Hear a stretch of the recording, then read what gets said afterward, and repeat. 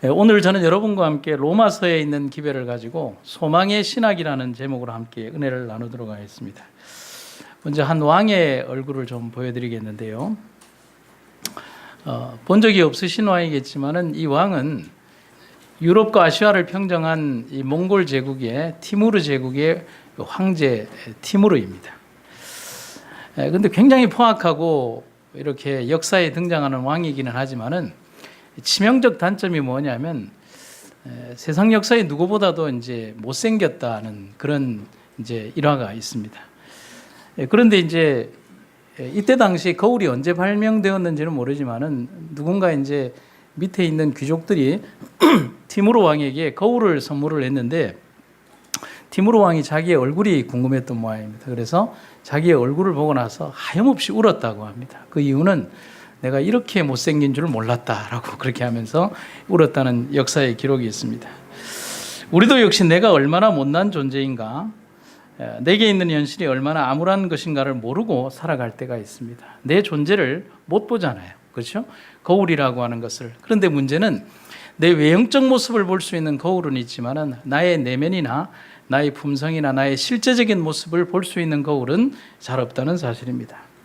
평생에 처음으로 거울을 보고 충격을 받았던 티무르 왕처럼 우리도 하나님의 말씀의 거울을 통해서 보면 우리의 허물진 모습을 볼 수가 있습니다. 그래서 사도 바울은 자기 생애의 그 삶의 모순 덩어리를 보지 못하고 있다가 예수님이라는 거울을 통해서 자기 자신을 보기 전에는 자기는 의로운 바리새 사람이었어요. 그리고 의로운 이스라엘 사람이고 율법학자였습니다. 그러나 예수님을 경험한 이후로부터는 그는 벌레, 그냥 괴물, 죄인의 괴수라고 하는 표현을 하면서 자기 자신의 존재 가치와 모습이 정말 더럽다는 사실을 예수님을 만나면 만날수록 느끼게 되는 그 경험으로 가는 것입니다. 그래서 티무르 왕이 자기 자신의 외형적 거울을 보면서 울었던 것처럼 바울도 자기 자신의 내면을 바라보면서 많이 울었다는 사실을 알 수가 있습니다. 우리도 우리의 허물진 모습을 볼 수 있어야 합니다. 그리고 바울의 그 회심과 그런 경험들처럼 하나님을 바라본다면 우리의 눈물과 고통은 눈물과 고통으로 끝나는 것이 아니라 기쁨으로 바뀔 것이라는 사실을 여러분과 제가 기억하시기를 간절히 바랍니다. 사랑을 하면 어떻게 된다고요? 예뻐진다고요. 예. 원래 예쁘지만 더 예뻐지고, 그 다음에 사랑을 하면 사랑하는 사람을 닮아간다는 노래말처럼 우리는 예수님을 사랑하고 그분을 사랑함으로 더럽고 추한 얼굴에서 가장 아름다운 모습으로 변모되는 여러분과 제가 되기를 간절히 바랍니다. 그래서 우리 삶에서 이 소망과 믿음이라고 하는 것은 우리 삶을 변화시키는 가장 중요한 요소가 되고 있고, 우리 삶의 가장 더러운 곳으로부터 가장 아름다운 곳으로 변화시킬 수 있는 극적인 변화가 그 안에 있다는 사실을 우리가 알 수 있습니다.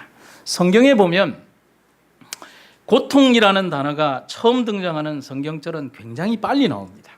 창세기 1장과 2장을 지나서 창세기 3장 15절이 되면 바로 여기에서 고통이라는 단어가 등장하는데 창세기 3장 16절에 이 단어가 등장을 합니다. 여자에게 이르시되 내가 너에게 잉태하는 고통을 크게 더하리니 네가 수고하고 자식을 낳을 것이며 너는 남편을 사모하고 남편은 너를 다스릴 것이니라 하시고 있습니다.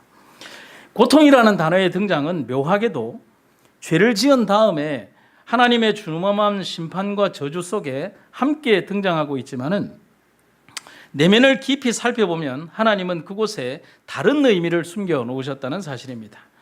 내가 너에게 잉태하는 고통을 크게 더하겠다. 그 다음에 뭐를 낳는다고요?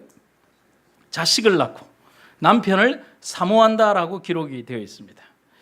고통 속에서 여인은 자녀에 대한 깊은 애정을 더욱 강하게 가진다는 사실입니다. 아버지 날 낳으시고 어머니 날 기르시니라고 하는 표현이 있지만 저희도 자녀를 길러보면 제가 좀 모순인지는 모르겠지만 아버지 사랑보다는 어머니 사랑이 조금 더 강한 유대관계가 있는 것 같습니다. 왜냐하면 아이들이 전화를 해도 저하고는 30초 하는데 집사람하고는 3시간을 하거든요. 그래 보면 아마도 이런 차이가 있는지 다른 집은 안 그렇습니까? 예. 사랑에는 고통이 있지만은 그 고통의 너머에서 자신의 자녀와 자신의 남편을 더욱더 사랑하게 된다는 것이 성경의 이야기입니다. 또한 아담에게는 땀 흘려 수고하는 고통을 더하셨습니다. 그러면 생각을 해봅시다. 하나님께서 주신 이 고통은 저주일까요? 축복일까요? 그것은 사람을 죄악 세상에서 하나님의 형상과 순수성을 잊어버리지 않게 하려는 하나님의 숨겨진 뜻이 그 고통 속에는 있다는 사실이죠. 조금 제 푸념을 이야기를 하면 사람들이 병원에서 근무하는 저에게 힘들지 않냐라고 이제 질문을 합니다. 여러분 제가 어떤 대답을 할까요? 예? 예, 할만합니다. 예. 한 3일만 근무해 보시죠, 여기. 예.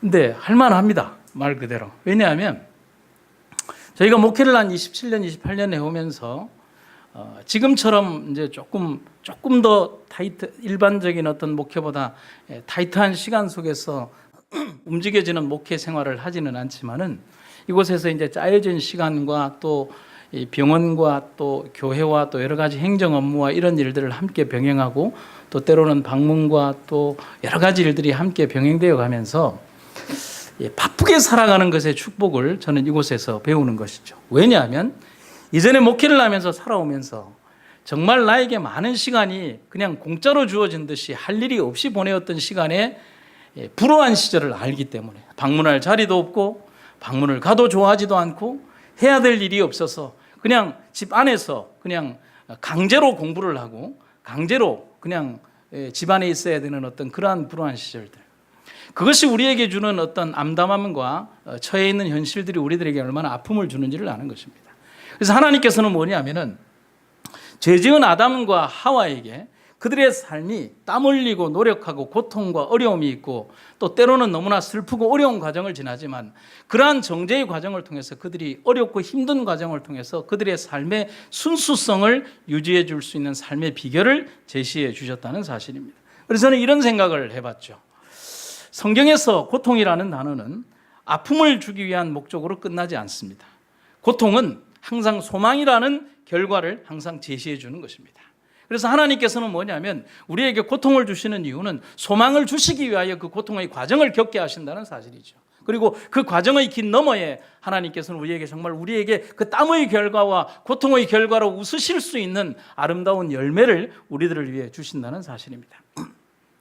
성경에 보면 고통이라는 단어가 가장 빈번하게 그리고 가장 많이 등장하는 성경은 어디입니까? 여러분과 제가 잘 아는 것처럼 욥기라는 성경입니다. 어쩌면 그것은 너무도 당연한 결과라고 볼 수 있는데, 그런데 욥기의 내용을 쫙 보면요, 이런 내용이죠. 욥기서에는 고통이 주는 절망이 목적이 아니라 고통 때문에 가져야 하는 희망을 말하고 있는 것입니다. 여러분, 삶은 고통이잖아요. 삶은 어려움이잖아요. 삶은 괴로움이고 또 삶은 살아가기 위해서 땀 흘려야 되고 또 자식과 여러 자녀들을 부양하기 위해서 오늘도 이 뜨거운 뙤약볕 아래에서 일해야 하고 그렇지 않습니까? 여러분들 살아가는 교우님들의 삶의 과정들을 보면 얼마나 힘들게 살아가는지를 알고 있습니다. 그러나 그 과정은 뭐냐면 우리들에게 그 고통이 주는 절망이 아니라 고통 때문에 가져야 되는 또 다른 희망을 위해서 오늘의 그 고통을 감내하는 것이잖아요. 여러분 맞습니까? 그래서 욥기서 14장에 보면 나무는 소망이 있다. 왜? 찢길지라도 다시 움이 나서 연한 가지가 끊이지 아니한다 했습니다. 욥기서 11장 18절에 보면 네가 소망이 있으므로 든든할지며 두루 살펴보고 안전히 쉬라 했습니다. 그래서 정언의 말씀에 보면 이런 글귀가 있습니다. 우리가 가진 소망은 얼마나 복된 소망인가. 이 소망은 시련과 고통이 증가하면 할수록 날로 강해지는 소망이다. 너희들을 위하여 생명을 바치신 주님께 대하여 너희들의 신뢰심을 지금 나타내 보여라. 한번 따라해 보시겠습니다. 소망 속에 사는 사람들이 그리스도인들이다. 여러분들 이 좋은 환경에서 이렇게 시원한 곳에서 예배 드리는데 목소리가 이 정도밖에 안 나오십니까? 다시 한번. 소망 속에 사는 사람들이 목소리가 조금 더 양심적으로 더 커야 됩니다. 네, 다시 한번. 소망 속에 사는 사람들이 그리스도인들이다. 아멘입니까? 사람들은 삶의 절망이 이르러 올 때 삶의 절망을 보고 고통이 이르러 오면 고통만 보고 그리고 아픔이 이르러 오면 그 아픔에 머물지만은 그리스도인들은 뭐냐면 그 고통의 너머와 그리고 절망의 너머와 죽음의 너머를 보는 것이 그리스도인들이잖아요. 그들과 우리가 다른 것은 바로 그것이잖아요. 우리들이 하나님을 믿노라 하면서 고통에 머물고 절망에 머물고 아픔에 머물고 슬픔에 머물면 우리는 하나님을 믿는 사람이 아니라는 사실입니다. 아무리 나쁜 현실과 암담함이 그리고 혹은 죽음의 공포가 주어진다고 할지라도 그 너머에 있는 소망을 믿음으로 바라보는 사람들이 그리스도인이라는 사실입니다. 그래서 시편의 기자는 우리에게 이런 권면을 합니다. 내 영혼아, 네가 어찌하여 낙망하며 어찌하여 내 속에서 불안하여 하는고. 너는 하나님을 바라라. 나는 내 얼굴을 도우시는 내 하나님을 인하여 오히려 찬송하리로다. 여러분, 이러한 축복이 여러분과 저의 축복이 되기를 간절히 바랍니다.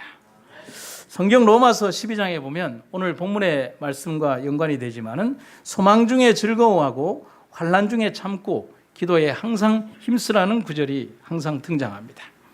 성경의 기자들은 환난이 이르러 올 때에 더 간절하게 더 오래도록 기도했다라고 말하고 있습니다. 고통을 이기는 가장 중요한 방법을 성경의 기자들은 그 환난과 어려움이 이르러 올 때 그냥 자기가 어떻게 중심을 잡지 못해서 어떤 우왕좌왕하는 것이 아니라 그 시간에 멈추어 서서 하나님을 바라보고 그 하나님께 더 오래 더 간절하게 기도했다라고 말하는 것입니다.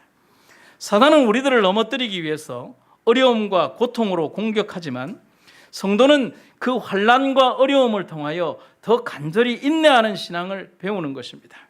어려움과 고통을 통해서 인내하는 신앙, 기도하는 성도가 되어야 한다는 사실입니다. 실물교훈에 있는 구절을 같이 한번 읽어보겠습니다. 환난을 당하는 자나 억울하게 학대를 받는 모든 자들은 하나님께 부르짖어라.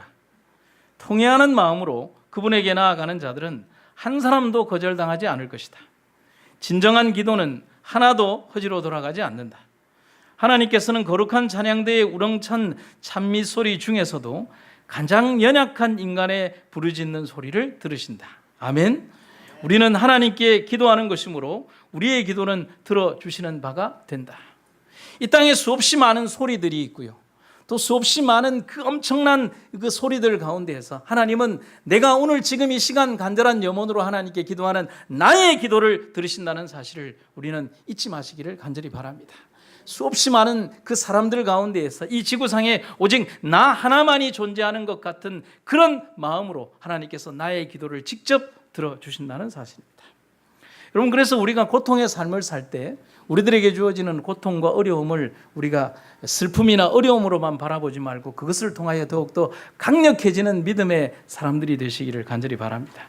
그래서 제가 옛날에 읽은 책 중에 보면 고통이 주는 선물이라고 하는 책의 내용에 보면 이런 내용이 글귀가 있습니다. 도스토옙스키를 위대하게 만든 것은 간질병과 사형수의 고통이었습니다. 도스토옙스키는 지병적인 질병과 또 나라로부터 이렇게 사형을 받은 사형수이기도 했습니다. 로트레이크를 위대하게 만든 것은 그를 경멸덩어리로 만들었던 난장이라는 고통이었다. 생텍쥐페리를 위대하게 만든 것도 그를 일생 동안 대기발령자로 살아가게 한 평가절하의 고통이었다. 베토벤을 위대하게 만든 것도 끊임없는 여인들과의 시련과 청신경마비라는 음악가 최대의 고통이었던 것이다. 그래서 고통은 불행이나 불운이 아니다. 고통이란 도리어 행복과 은총을 위한 가장 아름다운 번제물인 것이다. 당신이 오늘 지금 지나치게 행복하다면 그것은 곧 불행이다. 당신이 지금 지나치게 불행하다면 그것은 곧 행복이다. 인간은 고통을 통해 비로소 자아를 불사를 용광로 속에 들어갈 자격을 얻게 되며 용광로 속에서 신의 손에 의해 아름다운 은으로 새롭게 빚어지는 것이다. 여러분 공감하십니까? 오늘 우리들의 삶이 제가 자주 말씀드리는 것처럼 우리들의 삶이 영원한 행복을 구가하는 평생의 삶이 될 수는 없는 것이죠. 오늘 우리들의 삶이 정말 행복하다 하더라도 또 다른 불행이 우리를 위하여 예비되어 있을 수 있습니다. 오늘 우리의 삶이 불행하고 어렵고 고통 속에 머문다 할지라도 그 고통이 영원히 가는 것이 아니라 또 다른 행복을 위하여 우리는 오늘 준비하는 과정이 필요하다는 사실인 것입니다. 그래서 시편 기자는 우리에게 얘기하기를 이렇게 기록을 하고 있습니다. 눈물을 흘리며 씨를 뿌리는 자는 기쁨으로 거둘 것이다. 울며 씨를 뿌리러 나가는 자는 정녕 기쁨으로 그 단을 가지고 돌아오리로다. 오늘 씨앗을 뿌리는 농부가 내일 수확하기를 바라는 사람은 아무도 없습니다. 그런데 정작 농사를 지어보면 그런 바람이 있습니다. 왜냐하면 저희가 농사도 잘 모르는 제가 시골에 가서 이제 조금 그 교인이 주신 농토에 그냥 농사 별것 아니다라고 생각하고 이렇게 여러 가지 뭐 옥수수도 심고 이렇게 했는데 그 뒤에 일이 그렇게 많을 줄은 몰랐어요. 풀을 뽑아야 되고, 근데 풀을 뽑았더니만 또 풀을 또 뽑아야 되고, 그 또 풀을 뽑았는데 또 그 다음 주 가니까 또 풀을 뽑아야 되고, 그리고 그 풀을 또 뽑았는데 또 뽑아야 되고, 이렇게 해서 이렇게 끝도 없이 이제 그런 과정들이 있고요. 그래서 그 다음에 이제 그 교우님이 또 땅을 주신다고 해서 제가 이렇게 땅을 반만 이렇게 달라고 했습니다. 그러니까 반을 줘서 거기에 옥수수를 심고 이렇게 막 그렇게 하면서 많은 것을 배웠죠. 그러면서 이런 생각을 했어요. 뭐냐면 오늘 심고 내일 수확하면 좋겠다. 그런 생각을 하게 된 것이죠. 아마 여러분들도 당장에 그런 생각을 하실 것입니다. 여러분 집에 꽃씨를 심어 놓으면 어떤 생각을 하십니까? 꽃씨를 심고 나서 그 다음날 문을 활짝 열어보면서 꽃이 피었으면 좋겠다라고 하는 거예요. 많은 세상의 사람들이 무슨 생각을 하느냐면 처음의 시작과 결과의 과정에 달콤해하지만 중간에 인내하는 과정에 대해서는 준비되어 있지 않은 우리들의 삶을 보는 것이죠. 이 결실을 기다리는 농부는 오늘 뜨거운 태양과 목마름 혹은 굶주림의 나날을 하루하루 기다리고 보내면서도 100배로 거둘 수확의 날을 인내하며 기다려야 되는 것입니다. 바울은 어떻게 환난 중에 즐거워하라고 말할 수 있습니까? 여러분, 저는 생각합니다. 여러분과 저는 똑같죠. 고통 속에서 웃을 수 있는 사람은 없습니다. 그리고 고통을 좋아하는 사람도 없습니다. 예수 믿으면 행복해진다라고 말하지 예수 믿어서 불행해진다라고 말하는 사람은 아무도 없습니다. 예수 믿어서 불행해진다고 하면 예배당에 앉아있을 사람은 누가 있겠습니까? 그러나 우리들의 삶 자체가 내가 예수를 믿건 믿지 않건 우리들의 삶의 모든 살아가는 삶의 형태는 고통과 불행이 상존하고 어려움과 고난이 상존하며 불행과 행복이 상존하며 우리들은 그 삶을 극복하고 영위하고 이루어가는 과정 속에 우리의 하나님과 동행한다는 사실을 여러분과 저는 기억하시기를 간절히 바라는 것입니다. 고통 속에서도 함께 하시는 하나님의 임재하심을 느끼면서 믿음의 눈으로 바라볼 때에 사람은 절대로 두려움의 눈물이 아닌 기쁨의 눈물을 흘리게 된다는 사실인 것입니다. 오늘 여러분 삶이 힘드십니까? 또 때로는 내 삶의 무게가 너무 무거우십니까? 사랑하는 사람을 떠나버린 슬픔 때문에 그 기다림이 너무 아프십니까? 바로 우리는 그때에 그 슬픔에 머무는 것이 아니라 오늘 그 슬픔을 이기시게 하시는 하나님과 함께 그분의 손을 붙들고 기다림과 인내의 과정과 나를 강하게 하시는 그 주님의 손을 붙들고 오늘 그 고통을 인내하고 감내하며 이겨나가는 여러분과 제가 되기를 간절히 바랍니다. 내가 주의 인자하심을 기뻐하며 즐거워할 것은 주께서 나의 곤란을 감찰하사 환난 중에 있는 내 영혼을 아셨다라고 기록하고 있습니다. 다윗은 지금 무엇에 그렇게 기뻐하고 감사하고 있습니까? 그것은 그의 고통과 고난의 날에 하나님은 그가 처한 환경과 아픔을 알고 계셨기 때문이라고 노래하고 있는 것입니다. 하나님은 우리의 모든 곤란과 아픔에 함께 하시는 분임을 절대로 잊지 마시기를 간절히 바랍니다. 그래서 다윗은 다시 시편 119편에서 이렇게 노래합니다. 환난과 우환이 내게 미쳤으나 주의 계명이 나의 즐거움입니다 라고 얘기했습니다. 다윗이 무엇을 말하느냐 하면 그에게 닥친 환난과 어려움을 이기는 비결이 그 뒤에 나와 있습니다. 뭐와 뭐였다고요?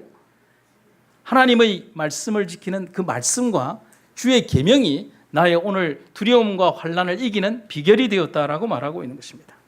사단이 우리에게 주는 고통이 하루나 이틀일 수 없습니다. 여러분, 사단이 우리에게 저놈 한 이틀만 흔들면 그냥 하나님 버릴 거야 라고 생각하고 우리를 한 이틀 정도 이렇게 훅 흔들다가 가버리는 그렇게 심지가 약한 존재가 사탄은 아닙니다. 어제 우리 전도사님 설교한 것처럼 그 레트로크의 편지라고 하는 거기에 있는 것처럼 31개의 사단의 유혹처럼 사단은 지난 6,000년간 인간을 연약하게 만들 수 있는 것만 인간의 연약성만 연구한 존재가 사탄이잖아요. 그럼 오늘 우리를 무너뜨리기 위해서 얼마나 많이 집요하게 오늘 우리들의 삶을 흔들고 있겠습니까? 그렇다면 오늘 우리는 무엇을 생각해야 하겠습니까? 사단이 우리에게 주는 고통이나 슬픔이 하루나 이틀일 수 없습니다. 때로는 10년, 20년이 될 수 있고 아니 내 생명이 다하는 날까지 끊임없는 고통을 줄 수 있습니다. 오늘 여러분들이 지니고 가는 육체의 한계가 내 삶의 끝나는 날까지 간다는 사실을 여러분 알잖아요. 내가 지니고 있는 삶의 어떤 무거운 무게들이 결국은 벗어버릴 수 없는 삶의 무게로 간다는 사실도 알잖아요.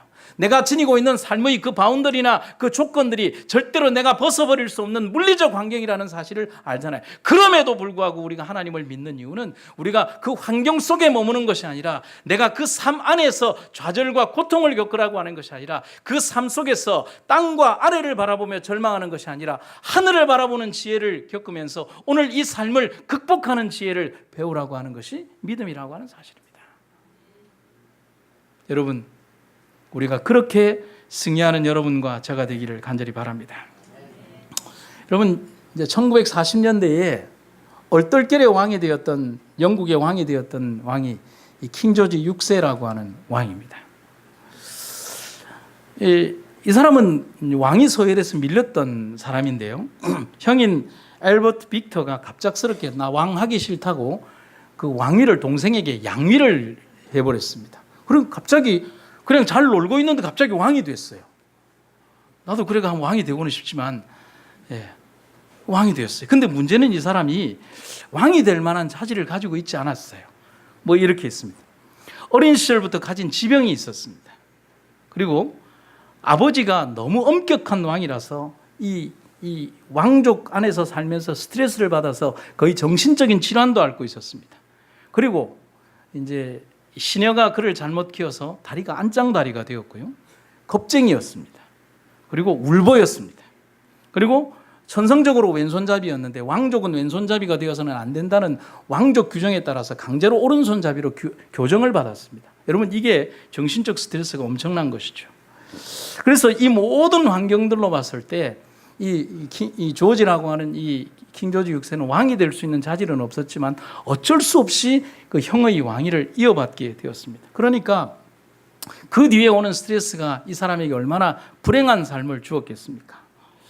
그래서 하루도 불안감과 책임감과 긴장감 속에서 불안해서 잠을 잘 수가 없었습니다. 어느 날 작은 소도시의 한 도자기 공장을 방문을 하게 되었는데 이 킹 조지 6세의 조지 왕 6세의 취미가 뭐냐면 도자기였습니다.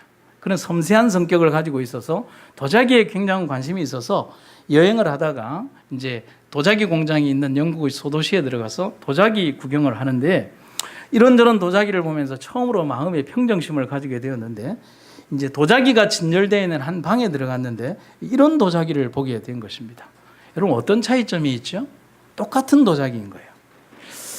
그런데 두 개의 꽃병이 특별히 전시되어 있는 곳에서 걸음을 딱 멈췄습니다.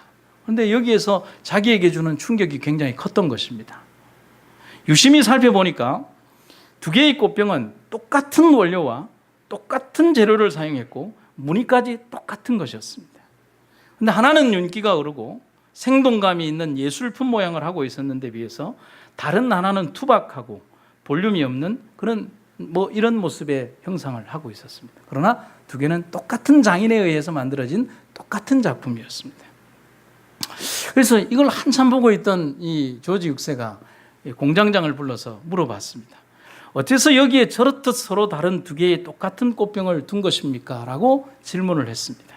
공장장이 웃으면서 이런 얘기를 했습니다. 제 인생 철학입니다. 라고 얘기하면서 이런 대답을 하는 것입니다.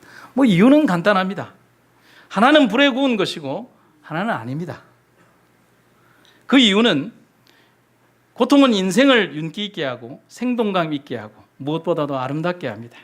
저 두 개의 꽃병을 나란히 이곳에 전시해 둔 것은 그런 뜻을 보여주기 위한 것입니다. 여러분, 어려움과 고통의 과정을 지난 것은 도자기입니다.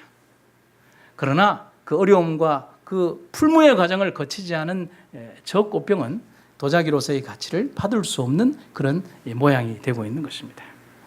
이 한 번의 방문이 조지 왕의 인생의 중요한 터닝 포인트가 된 것은 당연한 일인 것입니다. 여러분, 제가 여러분들에게 이런 도전적인 질문을 드립니다. 성도이기 때문에 어려움이 있는 것은 아닙니다. 성도가 아니기 때문에 어려움이 더 있는 것도 아닙니다. 인생은 어차피 어려움과 고통의 연속입니다. 하나님을 믿는 사람도 병에 걸릴 수 있고 하나님을 믿지 않는 사람도 교통사고나 질병의 가운데 노출되어 있습니다. 석가는 생로병사와 인간 탐욕의 번뇌를 이기기 위해서 고뇌했고 끊임없는 해탈을 강조하며 자기의 몸을 끊임없이 고뇌 속에 두었습니다. 이 땅의 많은 현자들은 인생의 고뇌를 해결하기 위하여 하나의 빵을 놓고 이걸 먹어야 되느냐 말아야 되느냐를 가지고서 수십 년을 고뇌를 하며 인생의 고뇌 속에 빠지고 있습니다.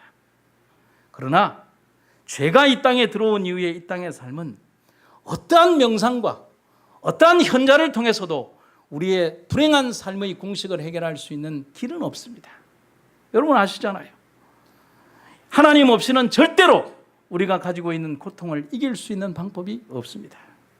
성도란 그 절망적인 고통의 순간들을 통하여 영롱한 삶의 빛을 일구는 사람들이 성도임을 여러분과 제가 잊지 마시기를 간절히 바랍니다. 내게 이르는 삶의 어려운 파고, 때로는 억울한 일들, 요셉처럼 정말 치명적인 고통 가운데 처하는 그런 일들이 있을 때에도 하나님께서 우리들에게 그 과정을 통하여 나를 사람 되게 만드시는구나, 나를 하나님의 사람으로 만드시는구나, 나를 오늘 쳐서 복종하게 하여 하나님의 거룩한 사람으로 이끌어 주시는구나 하는 사실을 잊지 않고 하나님의 사람 되기 위하여 오늘도 무릎 꿇어 기도하는 여러분과 제가 되기를 간절히 바라는 것입니다. 환난이 올 때에 참된 그리스도인들은 불안해하거나 불신하거나 낭망하지 않는다. 비록 우리가 사건의 정확한 결과를 알 수 없고 그 일에 대한 하나님의 섭리를 분간할 수 없지만 우리의 담대함을 우리는 버리지 말아야 한다.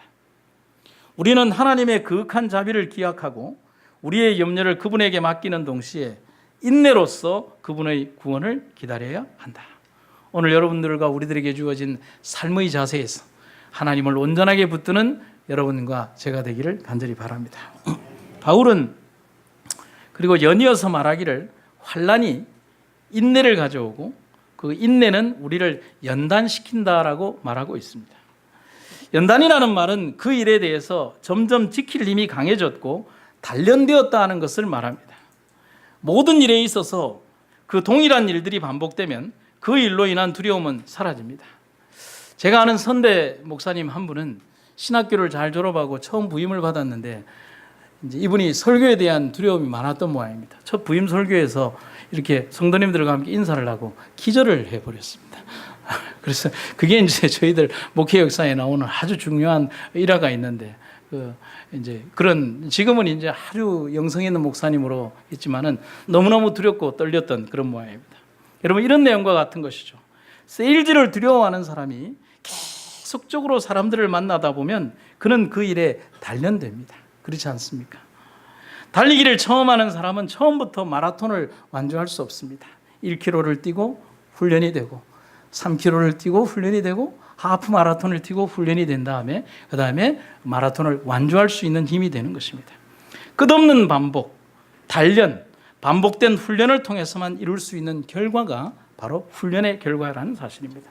그래서 저는 제가 쓰는 표현 가운데 자주 쓰는 단어가 바로 이겁니다. 한번 같이 읽어볼까요? 시작. 영적 근육. 반복된 운동의 결과는 근육으로 나타나는 것입니다. 여러분 이 근육은 우리의 몸에만 나타나는 것이 아니라 그리스도인 삶에도 나타나야 되는 근육이 영적 근육이라고 하는 사실입니다. 이 땅에 많은 그리스도인들이 휴대폰 어플을 통해서 설교를 듣고요. 그리고 거기에 있는 내용의 예배를 보면서 수없이 많은 망라되어 있는 이 땅의 많은 설교자들의 정제된 설교를 들으면서 그것으로 만족하고 있는 것입니다. 여러분 신앙은 굳이 하는 거예요. 예배당을 편하게 다니려고 해서는 안 돼요. 예배당이 덥고 춥고의 문제가 아니잖아요. 예배당은 오는 거예요. 기도는 하는 거예요. 말씀은 읽는 거예요. 그 과정이 도외시되게 신앙은 잘하지 않는 거예요.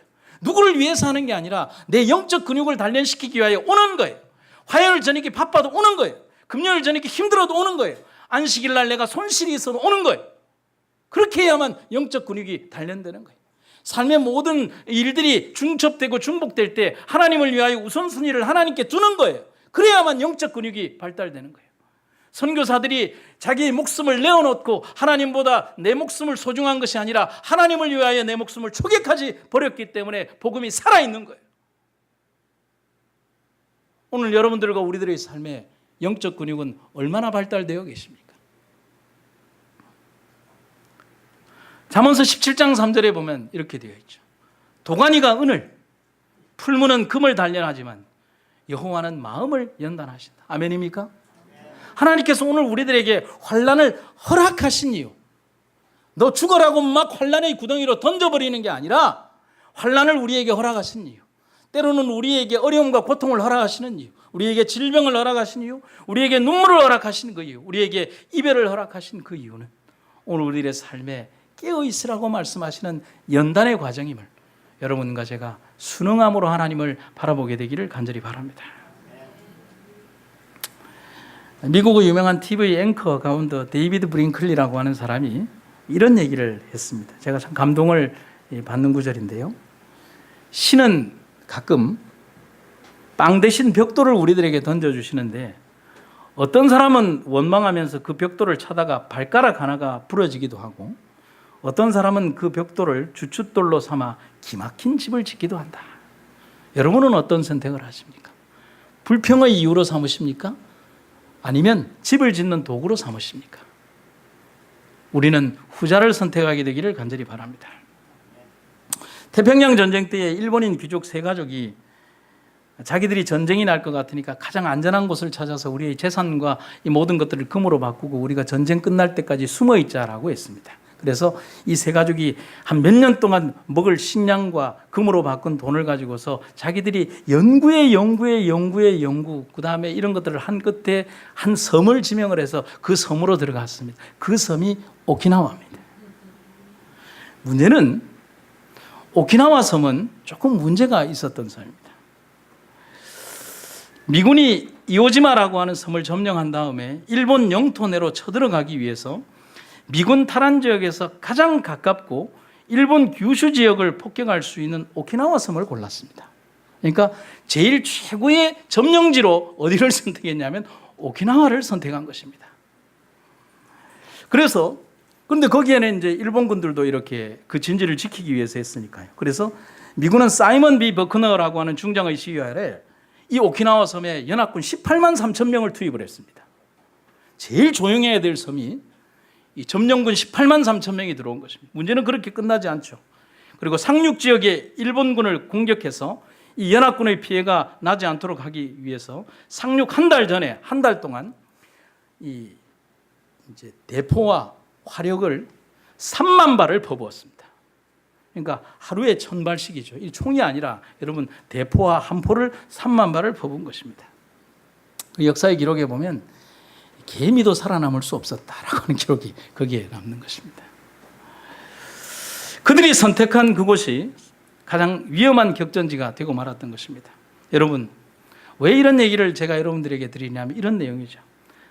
어둠이나 아픔이나 고통을 피해 다니기만 하려는 사람이 있습니다. 그 사람은 도리어 그것에 삼킴을 당하고 만다는 것이 삶의 진리인 것입니다. 고통은 맞서서 이기고 죄는 피해서 이기라는 서양의 격언이 있습니다. 오늘 우리들에게 달려오는 고통과 고난의 삶들이 우리들에게 올 때 그것을 끊임없이 도망 다니다 보면 우리는 그 고통과 고난 때문에 오히려 두려움의 노예가 될 수밖에 없다는 사실인 것이죠. 죄의 환경과 그 모든 것들은 우리가 피해서 우리가 그 환경을 떠나서 사는 것이 우리들에게 지혜라고 하면 우리들의 삶에 이르러오는 고통과 고난은 두려움으로 웅크리는 것이 아니라 그 역사 속에서 맞서서 싸우라고 이야기하는 것입니다. 그래서 이스라엘의 역사 속에서 우리는 하나님께서 우리 백성들을 인도하시며 연단하시는 그분의 섭리를 볼 수가 있습니다. 주 너의 하나님께서 이 40년 동안 광야에서 너를 인도하셨던 모든 길을 너는 기억하라. 이는 너를 겸손하게 하시고 시험하사 네가 주의 계명들을 지키는지 그렇지 않은지 네 마음속에 있는 것을 알게 하려 하심이라 했습니다. 하나님은 이스라엘 백성들을 그의 인도하시는 땅에서 살게 하시기 위하여 가장 믿음이 있고 또 말씀에 설 수 있는 종들로 만들기 위하여 단련시키고 훈련시키는 장면들을 볼 수가 있습니다. 그래서 여러분, 신앙과 믿음의 사람들은 기분과 환경에 좌우되어서는 안 됩니다. 하나님이 우리를 욥의 시험처럼 때로는 힘든 삶의 길을 걷게 하신 것은 그리고 넓은 길이 아닌 굳이 좁은 길을 가게 하시면 왜일까? 그것은 어느 장소, 어느 환경이라서나 하나님 안에 있음을 생각하고 항상 웃으며 믿음으로 승리하는 백성을 만들기 위함이라는 사실인 것입니다. 그래서 김상두라고 하는 사람이 쓰신 글에 보면 나는 어찌 된 사람입니까? 나는 어떤 그리스도인입니까? 라고 하는 글에 보면 이런 내용의 글이 있는데 여러분과 제가 조금 생각해 봐야 될 글이 있습니다. 나는 어찌 된 사람입니까? 기분이 멈추면 일도 멈추고 기분이 살아나야만 일을 합니다. 기분이 좋으면 천사처럼 행동하지만 기분이 나쁘면 악마로 돌변합니다. 나는 어찌된 사람입니까? 남의 흠을 찾아내는데 전문가입니다. 비판은 빠르고 용서와 관용은 느립니다. 법대로 하고 원칙대로 하지만 마음의 동기는 늘 이기적입니다. 나는 어찌된 사람입니까? 성급해서 소망 가운데 바라지 못하고 인내하기에 부족합니다. 무슨 일이든 서둘러 성급하게 해치웁니다. 충동적이고 기다릴 줄 모릅니다. 나는 어찌된 사람입니까? 온통 내 노력으로 가득 차 있습니다. 계획하고 예측하지만 어떤 때는 절망해서 조급하게 마음에 쫓깁니다. 일을 주시는 주님을 잊고 삽니다. 나는 어찌된 사람입니까? 즉흥적인 생각에 따라 행동합니다. 갑작스럽게 대중 없이 일함으로 위로의 말이 필요할 때 꾸중하고 징계의 꾸지람이 필요할 때 오히려 위로합니다. 나는 어찌된 사람입니까? 오늘 여러분들과 우리들의 삶에 있어서 바로 이러한 사람이 내가 아닌가를 생각해 볼 필요가 있습니다. 여러분, 신앙과 믿음의 사람들은 기분과 환경에 좌우되어서는 안 됩니다. 몇 마디의 말 때문에 예배당을 나오고 안 나오고, 하나님을 믿고 안 믿고, 또 누군가의 선행 때문에 하나님을 좋게 평가하고 안 평가하고, 어떤 직책과 어떤 일들 때문에 하나님의 교회를 좋아하고 아니하고 하는, 여러분, 하나님과 내 신앙이 그렇게 가벼운 것에 좌지우지된다면 우리의 영생을 담아야 되는 이 거룩하고 아름다운 내 인생의 삶의 시간과 믿음이 너무 연약하다라고 생각지 않으십니까? 오늘 내 생명을 걸어야 될 만큼 중요한 삶의 내 선택이 몇 마디의 감정이나 말에 좌우되는 신앙이라면 내 신앙을 내 스스로 한번 돌이켜 봐야 한다는 사실인 것입니다. 죽으면 죽으리라는 신앙으로 하나님 앞에 섰던 그 사람들의 믿음 앞에 우리들의 신앙이 감정과 환경에 좌우되는, 교회를 더워서 못 오고 추워서 못 오고 멀어서 못 오고 또 때로는 어떤 일들 때문에 못 온다라고 이야기하는 우리의 그러한 부족한 믿음에서 우리가 벗어날 수 있게 되기를 간절히 바랍니다. 바울이 말한 단련됨이란 근육으로 똘똘 뭉친 선수가 되었음을 말하는 것이 아닙니다. 가장 약한 자였지만 예수 안에서 죽음을 이길 수 있는 힘을 가진 사람이 되었음을 말하고, 이기적인 욕망과 세상을 사랑해서 이중적인 사람이었지만은 이제는 오로지 주님을 위해 주님만을 말하는 그런 사람으로 바뀌었다는 것을 말하는 것입니다. 새벽에 이렇게 글을 한번 써봤습니다. 그 생각 속에서도, 남이 보지 않는 그 생각의 영역 속에서도 오로지 주님만을 생각하고 자신의 이기심을 추구하지 않는 진실한 사람이 되어야 되겠습니다. 여러분, 우리가 그렇게 되기를 간절히 바랍니다. 마지막으로 소망의 신학이 바로 우리가 배우는 신학입니다. 성경에는 오직 하나의 신학만이 등장을 합니다. 그것은 소망의 신학입니다. 그리스도를 통하여 그분 안에서 만날 수 있는 유일한 신학이 바로 소망의 신학입니다. 로마서 8장 24절에 보면 소망으로 구원을 얻었다. 디모데전서 1장 1절에 하나님과 우리 소망이신 그리스도 예수께서 계시다라고 얘기를 하고 있습니다. 여러분, 그래서 우리가 무엇을 생각하느냐 하면 기독교의 소망이라고 하는 것은 바라보는 것에 머무는 것이 아니라 부딪히는 것임을 잊어서는 안 되는 것입니다. 모세가 홍해에 부딪히고 소년 다윗이 골리앗에 부딪히고 다니엘의 친구들이 금신상 앞에 도전하는 것은 절망적인 몸부림으로 그냥 숨는 것이 아니라 확실한 소망을 가졌기 때문에 부딪히고 또 노력하고 하나님 안에서 불효불굴의 정신으로 덤벼드는 것을 말하는 것입니다. 그래서 어떤 분이 이런 비유를 하죠. 태풍이 올 때에 닭과 독수리는 다르다. 닭은 태풍이 오면 그냥 둥지 속에 들어가서 몸을 웅크리고 자기가 그냥 어떻게 할 바를 모르지만 독수리는 안전지대로 올라가기 위하여 그 폭풍이 오는 바람에 날갯짓을 하면서 더 높은 곳으로 올라가서 자기의 안전한 거처를 찾는다. 당신은 웅크릴 것이냐 날개를 펼 것이냐 맞서서 싸워라.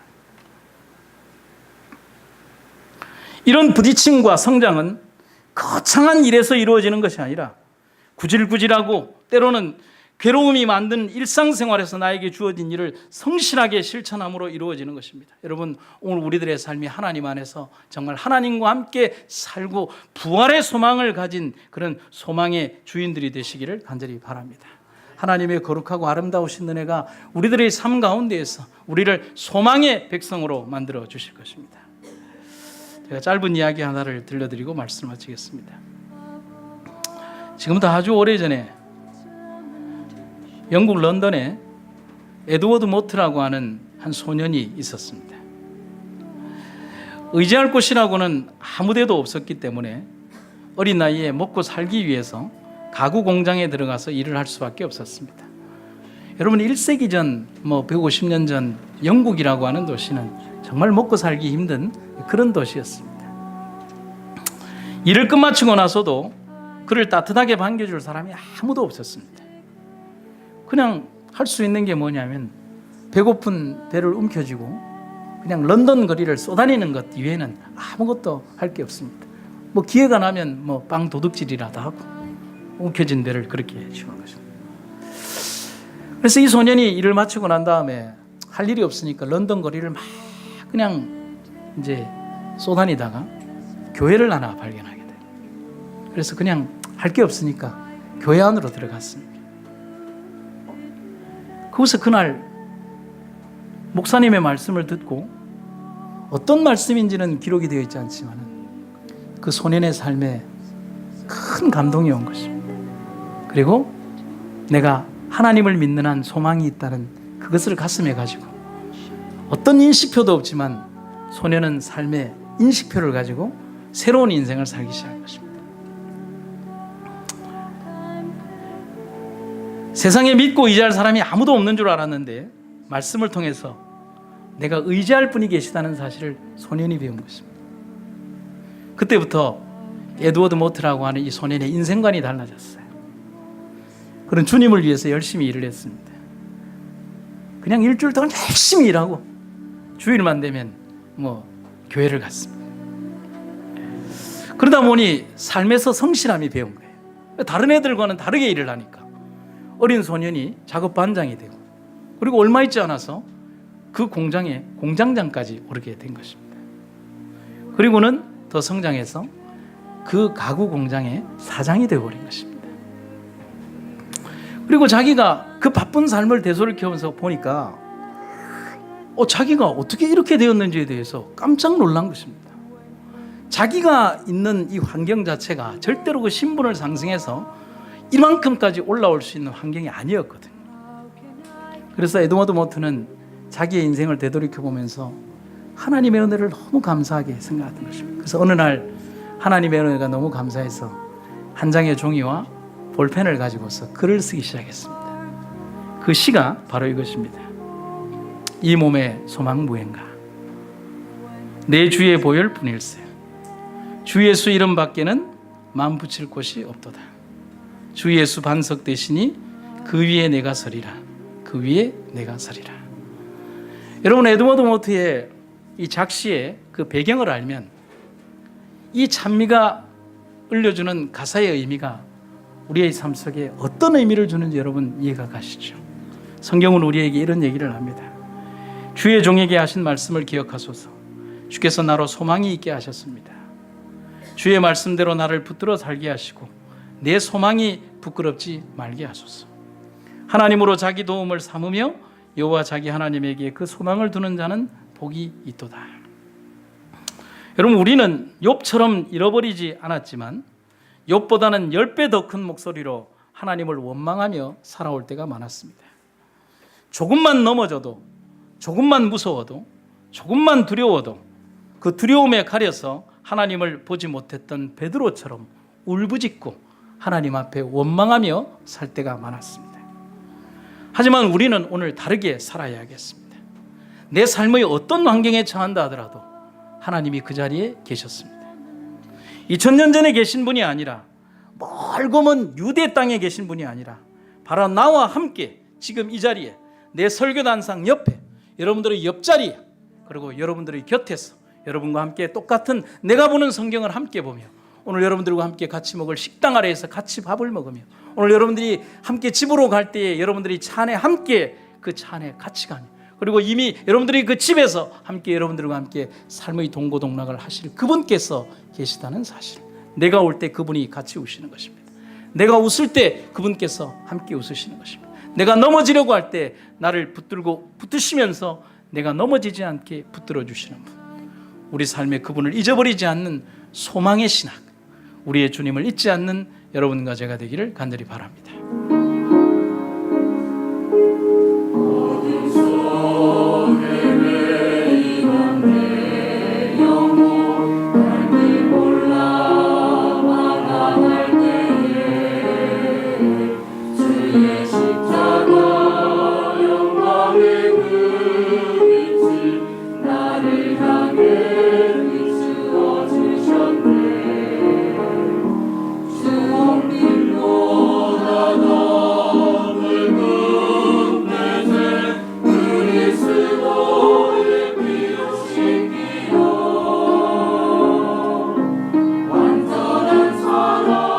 멈추